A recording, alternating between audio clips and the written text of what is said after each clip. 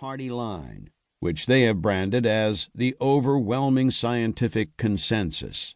A consensus which, as Mr. Wrightstone explains with admirable lucidity and concision in these pages, does not exist and would have no scientific relevance even if it did. Science, as L. Hytham could have told these creatures, is not done by mere head count. The seeker after truth does not put his faith in any consensus, however venerable or widespread. Instead, he questions what he has learned of it, applying to it his hard-won scientific knowledge, and he inspects and inquires and investigates and checks and checks and checks again. The road to the truth is long and hard, but that is the road we must follow. Gregory Wrightstone is a man of true science, firmly in the tradition of L. Hytham.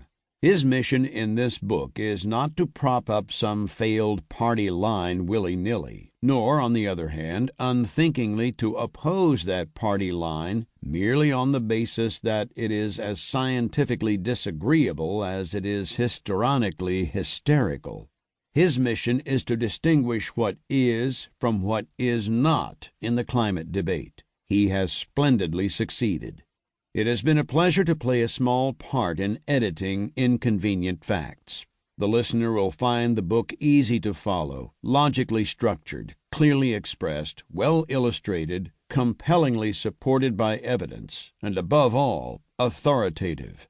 This is not an academic work. For one thing, it is written in plain English, yet it is as comprehensively referenced as any scientific book, and its conclusions are more reliable than those of the small number of scientific papers about climate change that the mainstream news media find expedient to mention.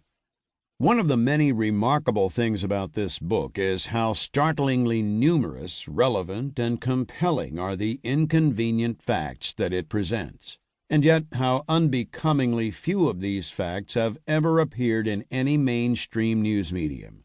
The voters cannot be fairly or fully informed where the news media, long captured by hate-filled totalitarian enemies of the liberty and prosperity of the West and of the democracy that is the guarantor of both, will not fairly or fully report both sides of issues such as the climate question. Their shameful failure is Mr. Wrightstone's shining opportunity.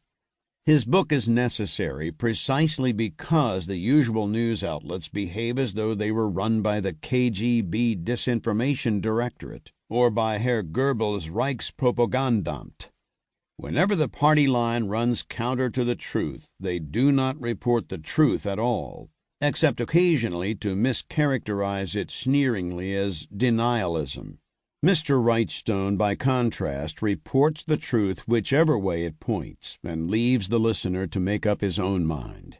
In the long debate about the influence of man on climate, the profiteers of doom have sullenly adhered to the party line, not because it is true, for this book shows beyond reasonable doubt that it is not true, but because, false though the party line be, they find it socially convenient, politically expedient, and above all, financially profitable.